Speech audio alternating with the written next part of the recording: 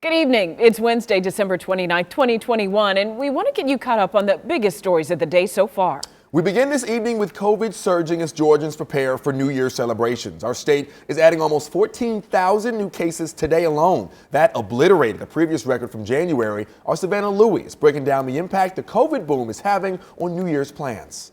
Yeah, the largest event in our area seems to be over here at the Battery, which confirmed to me recently that the event is a go. We also know that several of the smaller restaurants on the property are also going to be having their own events as well. This all comes as other smaller venues across the metro tell me they're certain their New Year's Eve plans won't be canceled. Probably watching some football and going to bed early.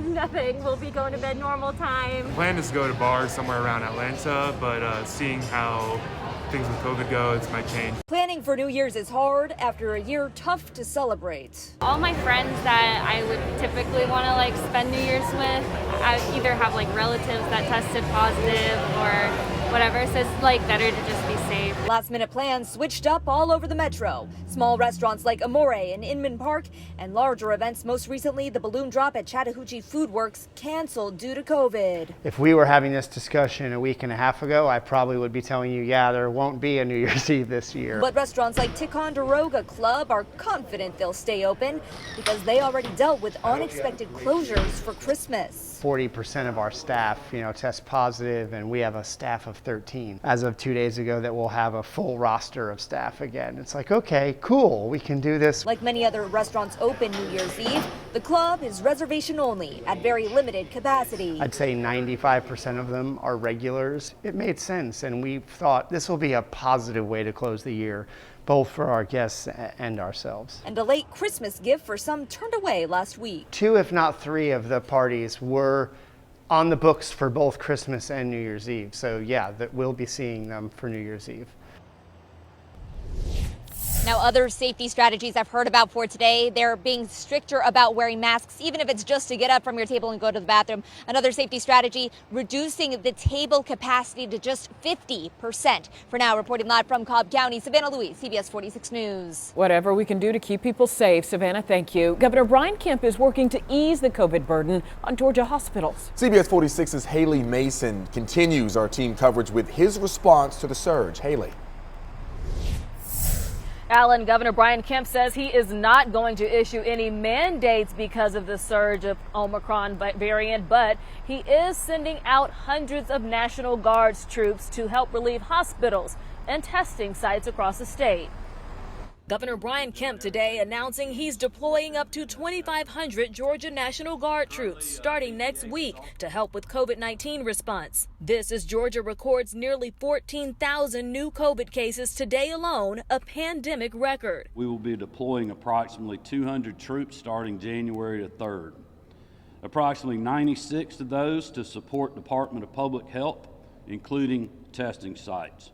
And approximately 100 will be going to hospitals. Right now, hospital systems are facing major staffing problems as more staff get sick from the Omicron variant. Kemp is allotting $100 million to pay for up to 1,000 additional hospital staffs for hospitals in need for the next 13 weeks. But he says he will not be implementing mask or vaccine mandates. I will not be implementing any measures that shutter businesses or divide the vaccinated from the unvaccinated or the masked from the unmasked. Currently, 60% of Georgians have had one dose of the COVID vaccine. 53% are fully vaccinated, and 30% of Georgians are fully vaccinated and boosted. Still, breakthrough cases are sending demand for testing to new levels, causing hours-long waits. The citizens of the state of Georgia, they need help, and that's why we have a National Guard. Georgia National Guard Major General Tom Cardin tells me they'll be assisting the state with testing and non-medical based hospital needs. And this pandemic has called on us a number of times, and I'm just so proud of the soldiers and airmen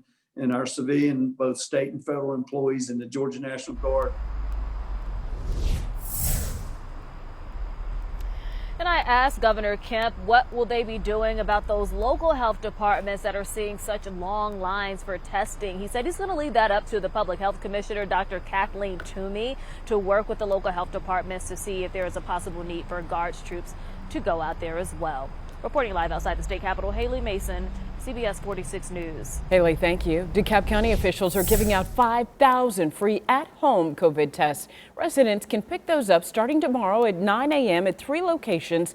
We have all those locations on your screen there. South DeKalb Mall, North DeKalb Mall, and Plaza Fiesta. Test kits will be limited to 1 per person.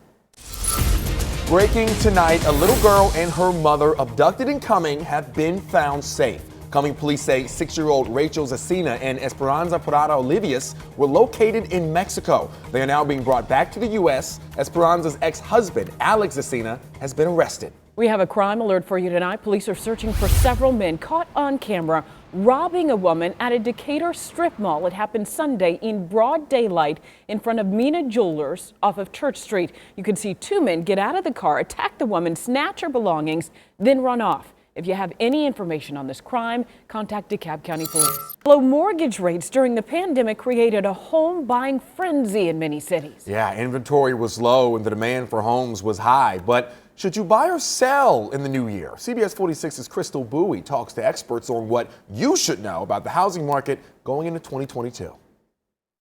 This may come as a surprise, but there are even more home sales this year than there were last year. The pandemic has many people thinking about whether or not they want to move. So in some cases, it may be moving into the city. In some cases, it may be moving out more suburban. The city is luring in many home buyers from other states.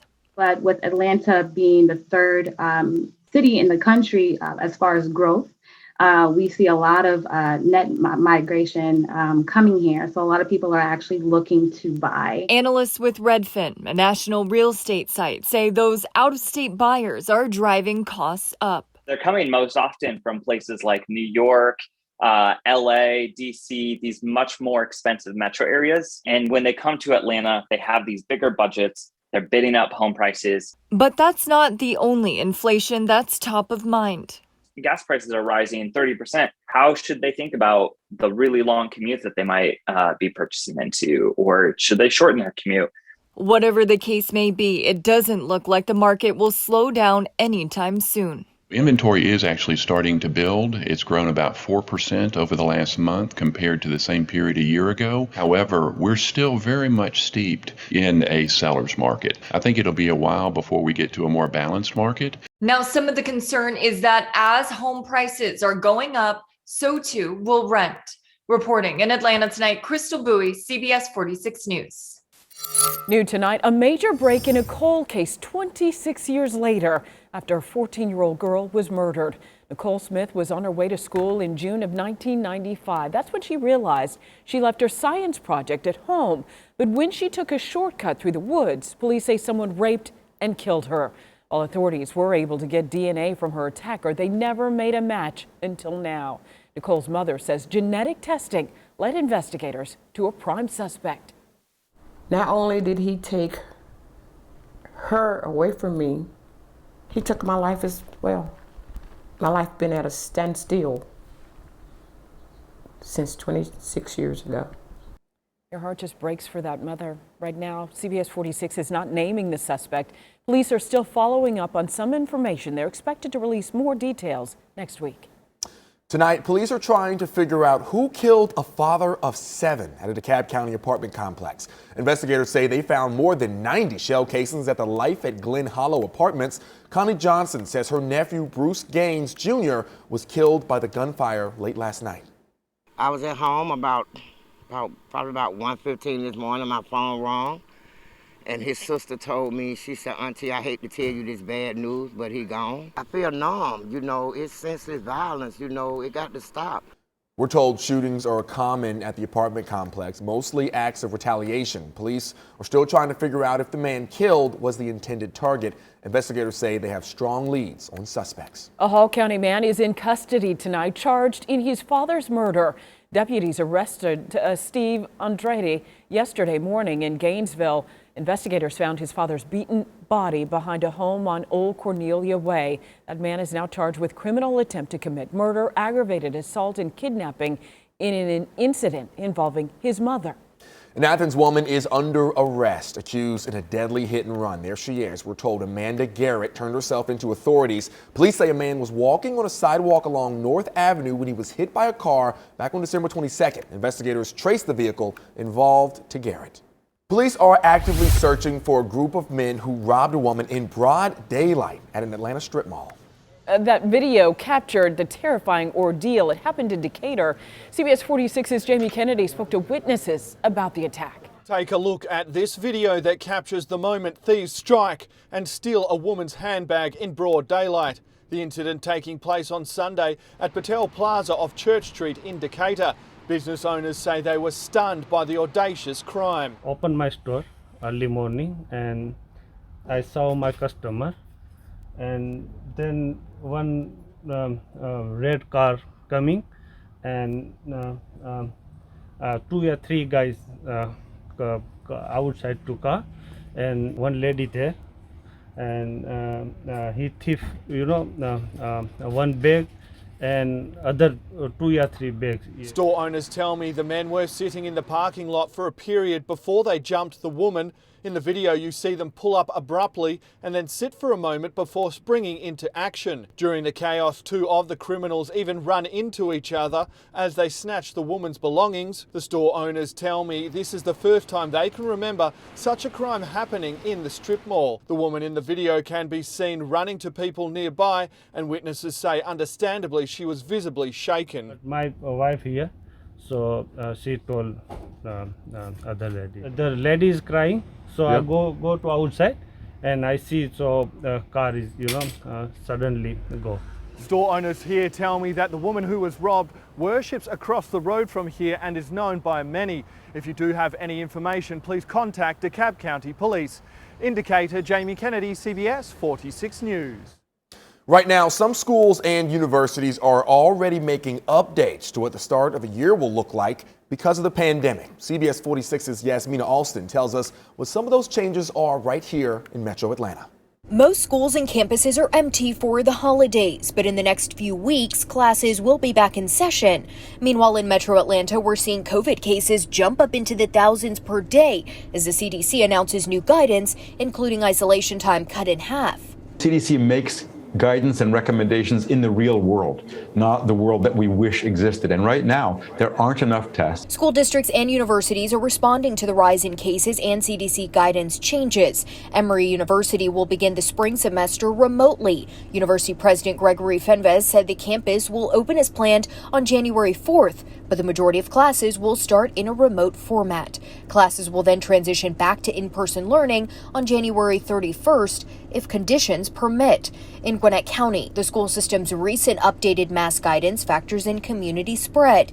With the spread in Gwinnett County at a high level, masks will be required. The district plans to update students and staff on January 3rd.